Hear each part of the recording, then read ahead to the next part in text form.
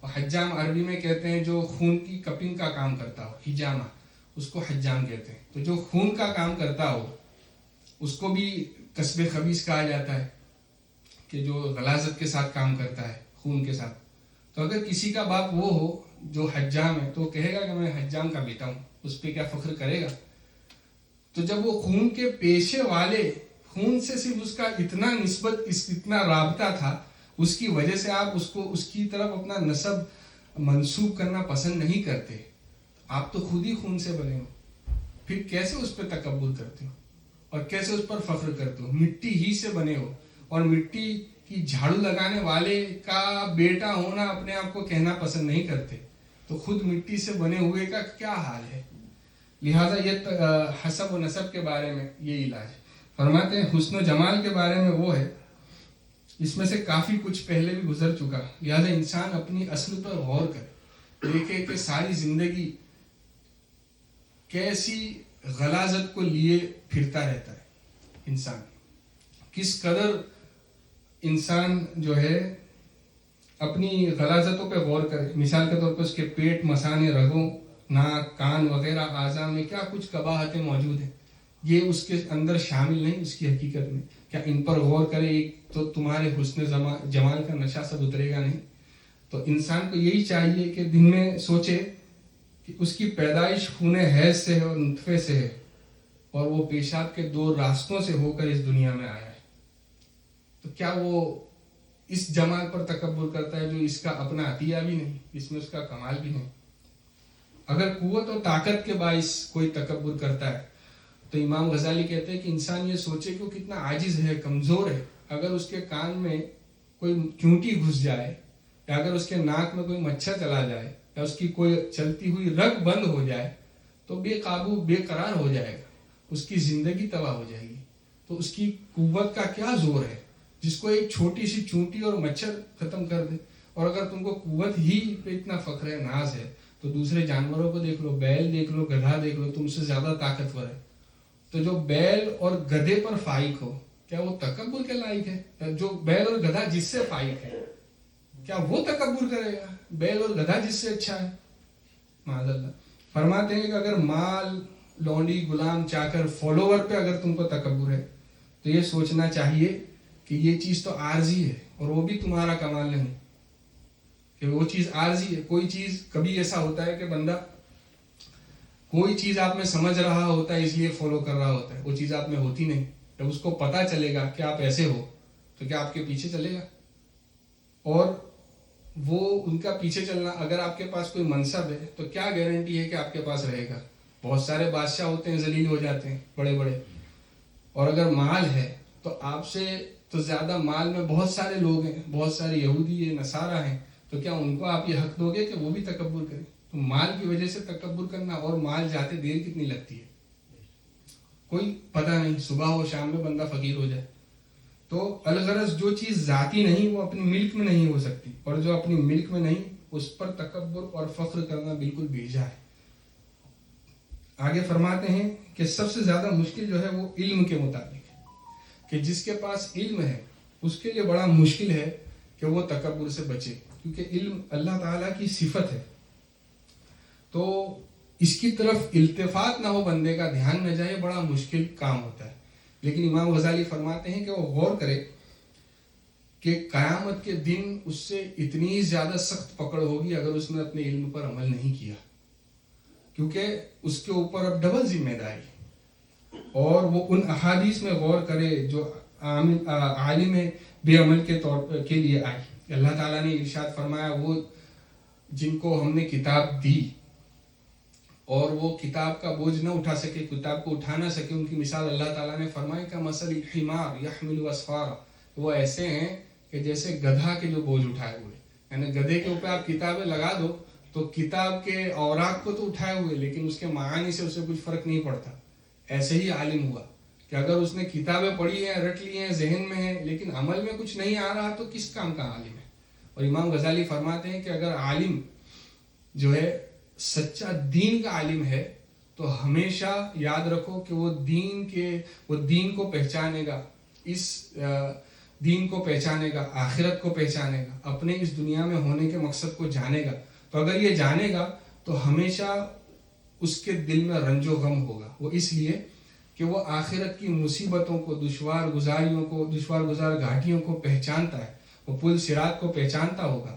وہ جانتا ہے کہ رب تعالیٰ بے نیاز ہے. ایمان کا سلامت رہنا کوئی گارنٹیڈ نہیں. تو جب عالم واقعی میں دین کا عالم ہوگا تو اس بات کو پہچانتا ہوگا. وہ عالم آخرت ہوگا، عالم دنیا نہیں ہوگا. اور جو عالم آخرت ہوگا وہ آخرت کو پہچانتا ہوگا. اسے معلوم ہوگا کہ کس قدر سختی والا ماحول وہاں ہوگا. تو جب وہ اس کو جانتا ہے، یہاں پہچانتا ہے، تو کیسے ہو سکتا ہے کہ وہ اس پر تکبر کرے. یہ ان کے بارے میں فرمایا. اسی طرح آخری جو سبب تھا کہ عابد جو ہے، عابد لوگ جو ہیں اپنی عبادت کی وجہ سے جو تکبر کریں، تو وہ کہتے ہیں کہ وہ سوچیں سب سے پہلے کہ مثال کے طور پہ کوئی عابد ہو سکتا ہے کہ کسی عالم بے عمل پر تکبر کرے کہ فلاں عالم پھر بھی عمل نہیں کرتا، میں دیکھو عبادت کرتا ہوں. تو کہتے ہیں کہ ہو سکتا ہے کہ اس کا علم اس کا شفیع بن جائے، اس کا شفاعت کرنے والا. اور تمہاری عبادت مقبول ہے کس کو پتا ہے؟ تم 1,00,000 سال تک عبادت کرو، کچھ مقبول ہی نہیں، وہاں جاؤ تو سب زیرو. لہذا یہ بات صحیح نہیں. اور حضور سرور عالم صلی اللہ علیہ وسلم نے فرمایا کہ عالم کی فضیلت عابد پر ایسی ہے جیسے میری فضیلت کسی صحابی پر. فرماتے ہیں کہ اگر عابد کسی ایسے جاہل کو دیکھے جس کا حال ظاہر نہیں ہے تو اس وقت یہ خیال کرے کہ ممکن ہے کہ مجھ سے زیادہ عبادت کرنے والا ہو لیکن ظاہر نہیں کرتا. اسی طرح کسی بچے کو دیکھے تو یہ سوچے، صوفیہ کرام فرماتے ہیں کہ یہ تو کم سن ہے اور یہ مجھ سے کم گناہ کیے ہوئے، اس نے زندگی کم پائی ہے، لہذا اس کے گناہ مجھ سے کم ہے، لہذا مجھ سے بہتر ہوا. اور اگر اپنے سے زیادہ عمر والے کو دیکھے تو کہے کہ اس نے اسلام میں بزرگی پائی مجھ سے زیادہ، لہذا اس کے پاس زیادہ خیر ہے، اس نے نیکیاں مجھ سے زیادہ کی ہوں گی. اور اگر اپنے ہم پلہ کو دیکھے، اپنے ساتھ والی عمر والے کو دیکھے تو یوں سوچے کہ اس کی نہ نیکی مجھے پتا ہے نہ بدی مجھے پتا ہے، پھر میں کیسے بدگمانی کروں، یہ یقیناً مجھ سے بہتر ہے. لہٰذا صحابہ کرام بزرگان دین کا قول ملتا ہے کہ تکبر سے بری ہونا یہ ہے کہ جب تم اپنے گھر سے نکلو تو ہر بندے کے بارے میں یہ گمان کرو کہ یہ مجھ سے بہتر ہے اور میں اس سے کمتر ہوں. انشاءاللہ تعالیٰ آپ رب کے قریب ہو جاؤ گے. اور ایک اور ارشاد باری تعالیٰ ہے جو میں بھول گیا تھا کہ اللہ تعالیٰ نے بندے سے ارشاد فرمایا، حدیث پاک میں ہے کہ اگر تو اپنے آپ کو میری بارگاہ میں قدر والا سمجھتا ہے تو میرے یہاں بے قدر ہے، اور اگر تو اپنے آپ کو بے قدر سمجھتا ہے تو میرے یہاں عزت والا ہے. اللہ تعالیٰ ہم سب کو تکبر سے بری فرمائے اور اللہ تعالیٰ ہم سب کو سچا اخلاص اور تواضع اور عاجزی اور انکساری نصیب فرمائے. امام غزالی کا فیضان ہم پر جاری اور ساری اور ہمیشہ ہمارے ساتھ فرمائے. اللہ تعالیٰ انہی کے ساتھ ہمارا اٹھنا، انہی کے ساتھ ہمارا مرنا اور انہی کے ساتھ ہمارا حشر فرمائے. وآخر دعوانا الحمدللہ رب العالمین.